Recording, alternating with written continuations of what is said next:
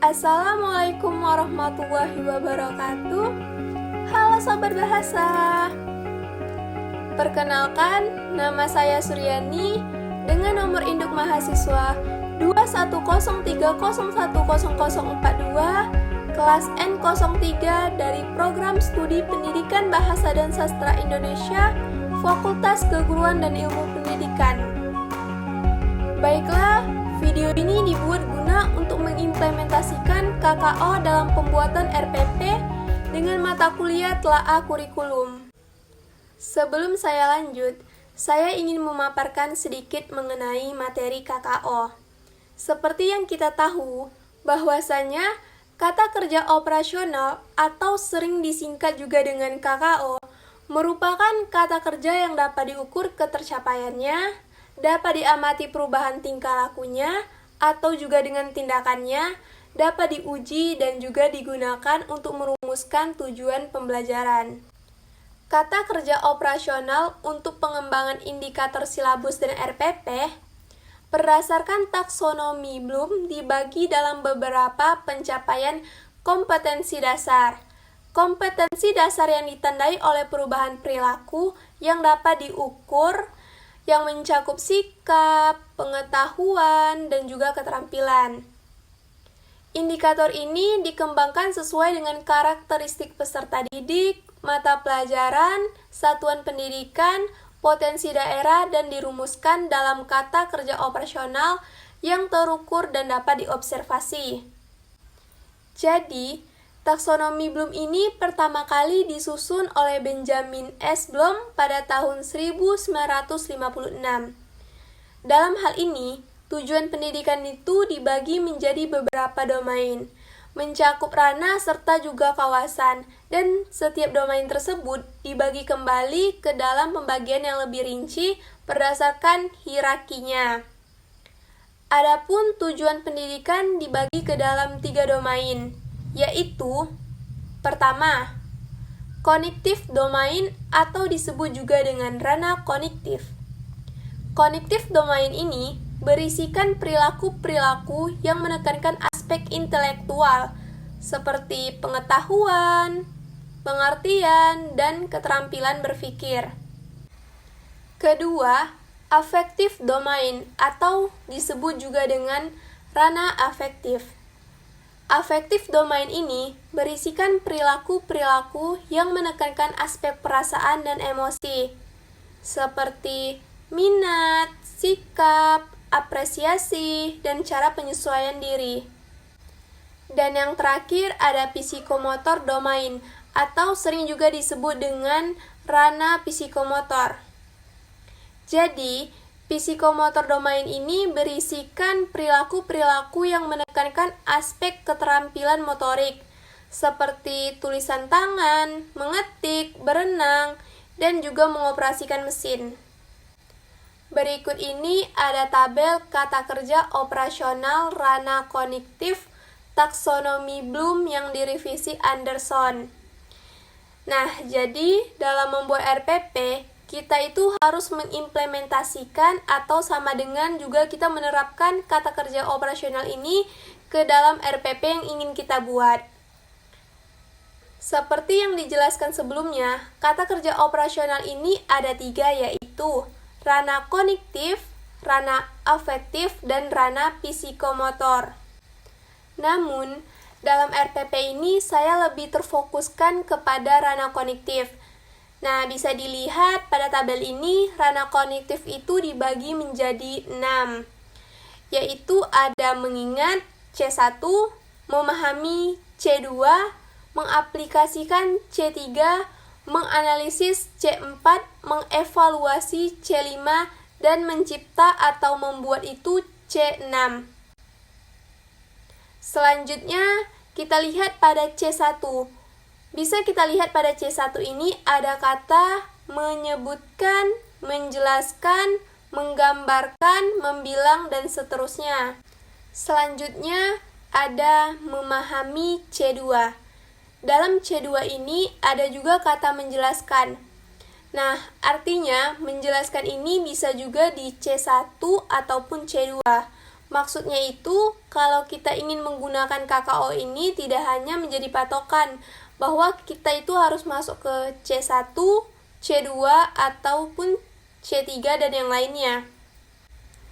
Baiklah, untuk lebih jelasnya, langsung saja saya mengimplementasikan KKO dalam pembuatan RPP. Di sini saya membuat contoh RPP menggunakan kurikulum K13. Jadi, ini contoh RPP K13. Dalam RPP ini, saya memilih mata pelajaran Bahasa Indonesia kelas 7 semester ganjil. Nah, adapun materi yang akan dibahas dalam RPP ini yaitu materi pantun. Alokasi waktunya itu 2 kali 40 menit. Nah, selanjutnya dalam RPP K13 ini ada kompetensi inti. Jadi, untuk RPP pada kurikulum 2013 ini, komponen dan penyusunannya sama dengan KTSP. Namun, yang membedakannya itu pada kurikulum 2013, yang tidak ada standar kompetensi. Adapun yang terdapat dalam kurikulum 2013 yaitu kompetensi inti. Dalam kompetensi inti ini, ada terdapat K1, K2, K3, dan K4. Nah, K1 yaitu menghargai dan menghayati ajaran agama yang dianutnya. Kemudian K2 yaitu menghargai dan menghayati perilaku jujur, disiplin, tanggung jawab, peduli dalam arti kata toleransi dan gotong royong, santun, percaya diri dalam berinteraksi secara efektif dengan lingkungan sosial dan alam dalam jangkauan pergaulan dan keberadaannya. Selanjutnya, K3, yaitu memahami pengetahuan berupa faktual, konseptual, dan prosedural berdasarkan rasa ingin tahunya tentang ilmu pengetahuan, teknologi, seni, budaya terkait fenomena dan kejadian tanpa mata. Dan yang terakhir, K4, yaitu mencoba, mengolah, dan menyaji dalam ranah konkret, misalnya menggunakan, mengurai, merangkai, memodifikasi, dan membuat, dan ranah abstrak, misalnya itu menulis, membaca, menghitung, menggambar, dan mengarang. Sesuai dengan yang dipelajari di sekolah dan sumber lain yang sama dalam sudut pandang atau teorinya. Kemudian ada B. Kompetensi dasar dan indikator pencapaian kompetensi. Nah, di sini saya memilih salah satu materi atau yang namanya kompetensi dasar. Jadi, saya memilih poin kompetensi dasar untuk yang namanya 3.9. 3.9 adalah menulis pantun yang sesuai dengan syarat-syarat pantun. Berikutnya ada yang namanya indikator pencapaian kompetensi.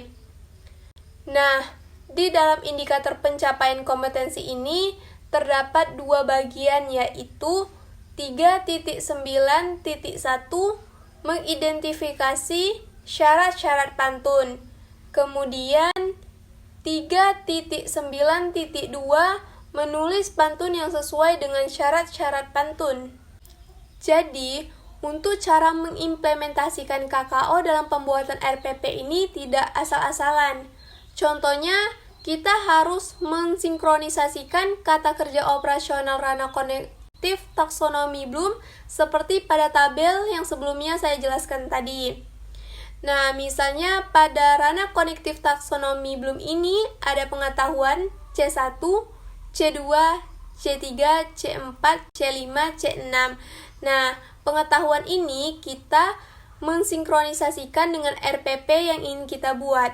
Jadi, untuk patokannya itu adalah kata kerja operasional ranah konektif taksonomi Bloom. Oke, misalnya kita lihat pada indikator pencapaian kompetensi. Nah, di situ ada 3.9.1, mengidentifikasi syarat-syarat pantun.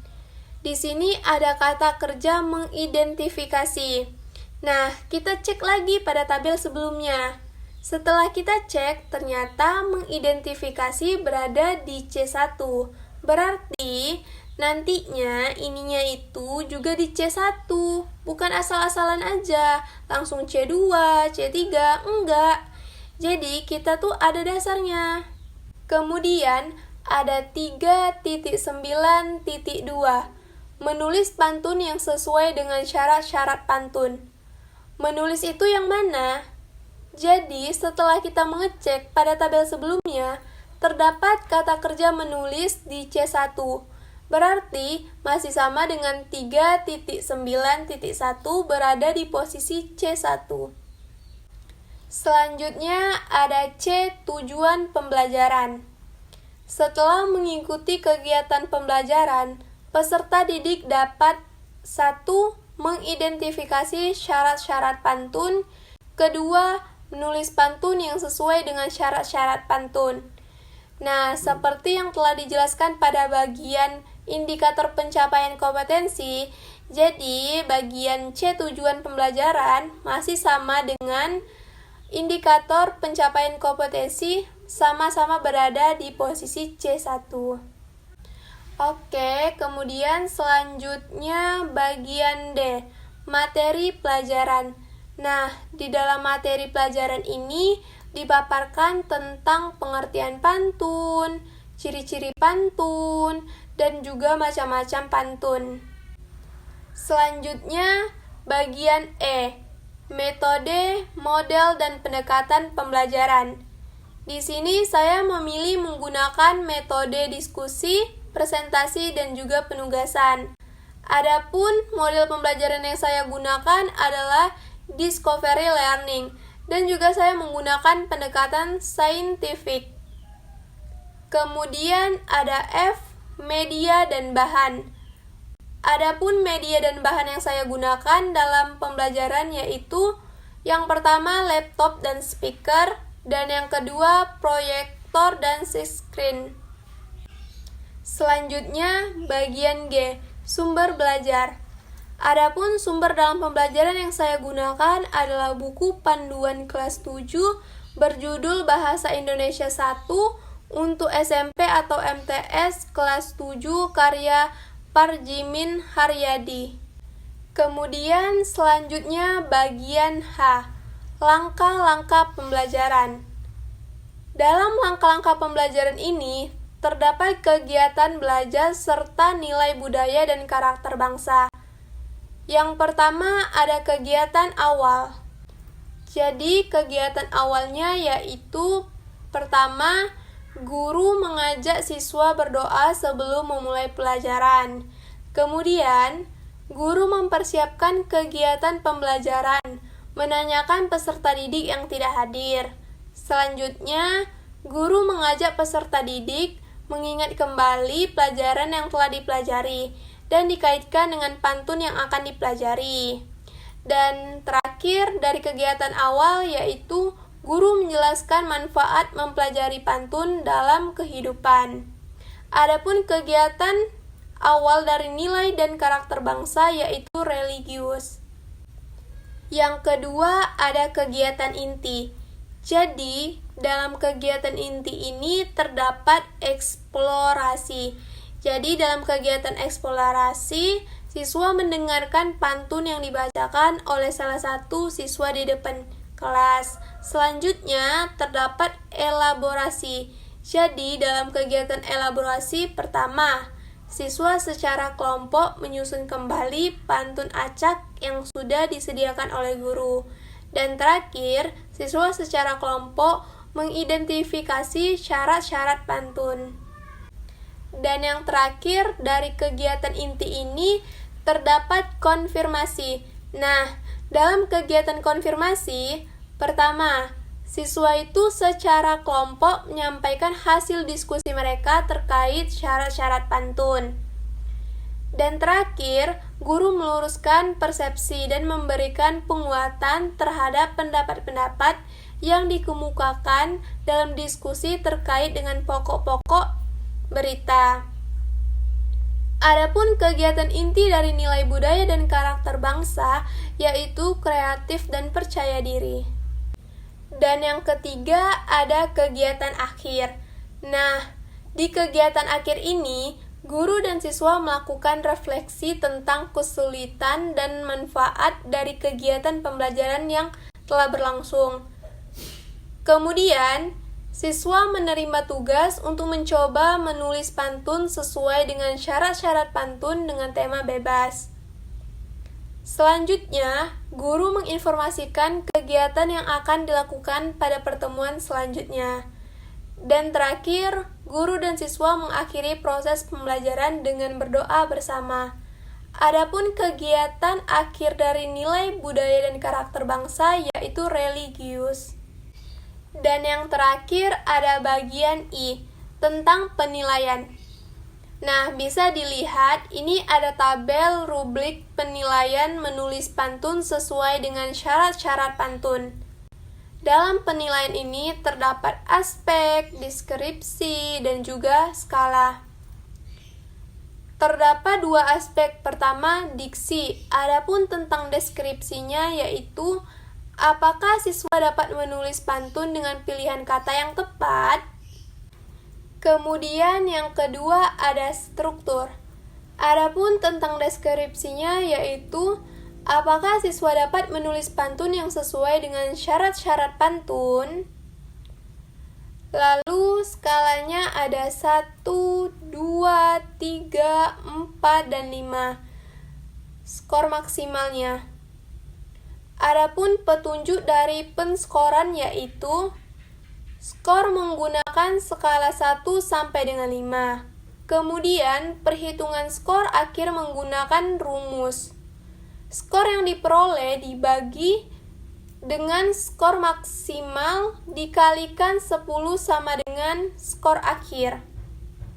Sekian dari hasil penjelasan saya mengenai tentang mengimplementasikan KKO dalam pembuatan RPP. Mohon maaf apabila terdapat kesalahan dan kekurangan dalam penyampaian. Semoga video ini dapat bermanfaat. Saya tutup presentasi dengan salam. Wassalamualaikum warahmatullahi wabarakatuh.